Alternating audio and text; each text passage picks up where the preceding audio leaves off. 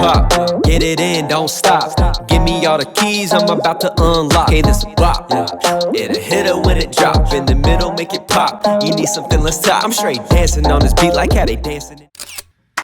Today, what if?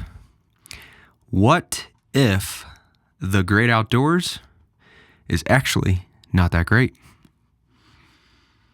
Today, we're diving into the beautiful, peaceful, soul-enriching activity of camping. Camping, you know what camping is. It's that thing that people do where they voluntarily leave behind their homes, their beds, their Wi-Fi, their plumbing, and every other modern comfort just to go suffer in the woods and call it recharging. That's camping for you. You guys know camping. I recently went camping myself. And yes, I thought it would be cool. I thought it would be fun. And I even kind of thought it might be a little bit transformational. You know, I probably expected a little too much from it, but spoiler alert, it wasn't. It was none of that. I was bored. I was eaten alive by pest. Borderline paralyzed from my sleep. So I definitely did not find inner peace. Nope. But I did find a rock under my pillow and a bug in my drink. So anywho, if you're tapping in, grab yourself a drink, light yourself a synthetic candle, and stay exactly where you are, inside on your couch. Because we're about to cover 7 reasons you should not go camping. Number 1, nature's trying to kill you. You go camping because you want to escape into the peace and solitude of nature, but you're actually entering into a survival simulation that you paid for. You got bugs, snakes, bears, cactus, poison ivy. Everything around you has teeth or toxins. You romanticize the fresh air. But something just bit you. Now you're Googling, what do spider bites look like? And you can't even find out because you got 1 bar service. Nature does not care about your attempt at peace and solitude. They don't care. What's that? Oh, it's a bear. It wants to eat us. Nature will try to take you out. That's what nature does. Number 2, the sleep. Not a chance. You thought you'd wake up to some birds crooning peacefully in the distance.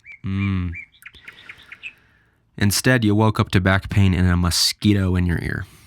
Yep. Rocks, sticks, uneven ground. Welcome to the world's worst mattress. And your tent?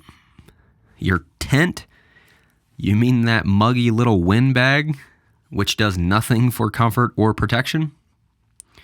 Yep. And every snap of a twig at night leaves you contemplating your final thoughts. What was that?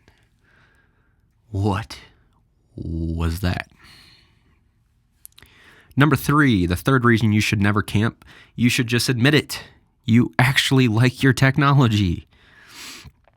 Oh, bro, I don't need my phone, you said confidently, until it died, along with your will to live. Now you got no GPS, no music, no maps, no memes, none of it. Dang gone it. You can't even Google how to get home.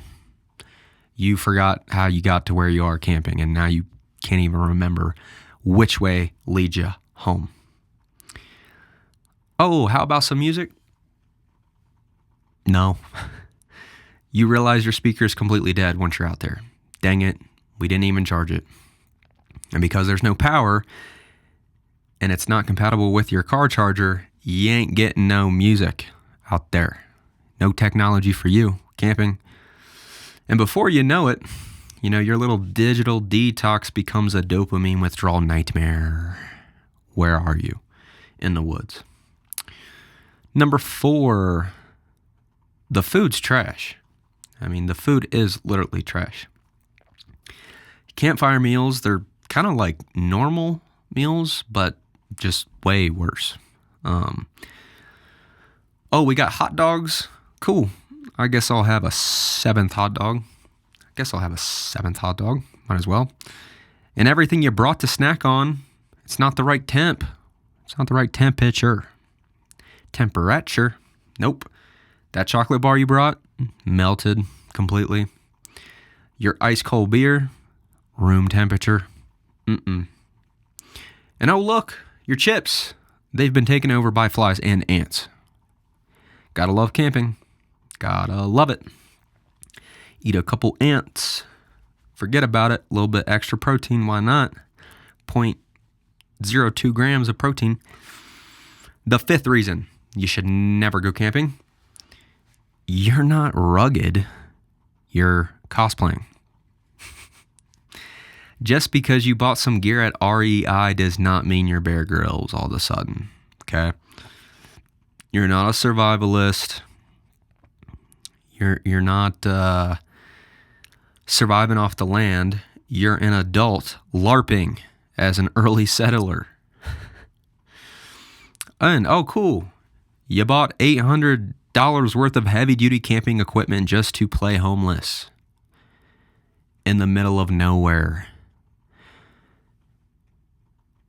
And let me tell you, no one is impressed that you used a lighter, paper, and gasoline to start a fire. You might think you're onto something. You might think, oh, this is pretty cool. I started a fire. You had paper, lighter, and a gasoline. Doesn't get much easier than that. Number 6. Real quick sidebar, if you guys are watching the video and you're liking it and getting something out of it, please go down right now and drop a like and leave a comment. It takes 2 seconds to leave a like, and it actually really helps small creators like myself get seen by more people through YouTube. I do my best to read every single comment that you guys leave, and I do what I can to respond to all of them as well. Now, back to the keys. The 6th reason, it's boring as hell. Hell, that's a little extreme. But it's boring. Camping is boring. You thought you'd be out there all introspective. You thought you'd be out there, getting spiritual, huh? Nope. Instead, you stared at some rocks for 9 hours, wondering what your cat's doing at home. You thought no distractions, no entertainment. That's going to be some pure bliss out there in nature. Instead, you spiraled existentially and wondered, why am I here? The highlight of your day when you're camping, it's staring into a fire and getting embers stuck in your eye. Those things will come right at you, and all the smoke. Burn your eyeballs. Not ideal. And then you might go camping with some friends. You might go camping with a significant other. And you say, babe, let's just sit and talk. It sounds a whole lot better when you're not covered in rain and mosquito bites across your entire flesh. So, yep, number 7, if you're thinking about camping, maybe reconsider. Because the 7th reason is coming home's the best part. What you're doing right now at your house, that's the best part of camping. And that's verified by the fact that showering feels like a luxury spa experience. That should tell you everything you need to know. That first sip of cold brew from your fancy coffee machine, love it.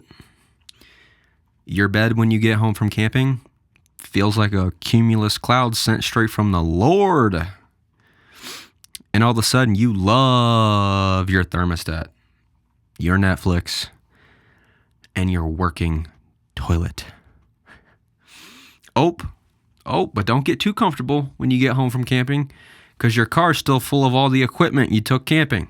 And you got to transport that back up the 3 flights of stairs and put it all back in your closet. Yep, that is true.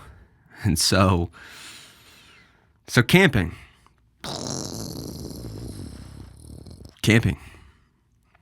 It's not all it's cracked up to be. I've had some camping experiences where I'm like, what are we doing?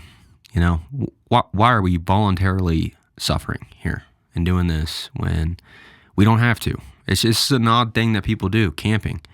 You know, it says a lot about our culture that we romanticize the idea of, you know, having less. It's probably a sign we've just got way too much, that it's appealing to us to go back to just primitive caveman-like tendencies. It says a lot about the culture. It says even more how inconvenient and unfulfilling it is to go camping, you know? Gosh, it's inconvenient. Being serious, I've had some really good experiences camping, actually. The point of this little exercise, this video, it was just to illuminate kind of some of the irony about camping, you know? And I've had really good experiences, obviously. Camping can be cool, you know? Depends on where you're at, right? Who you're with, what the vibes are. But this past last weekend, we went camping, and I was just, you know, crusty crabs, grumpy as can be out there.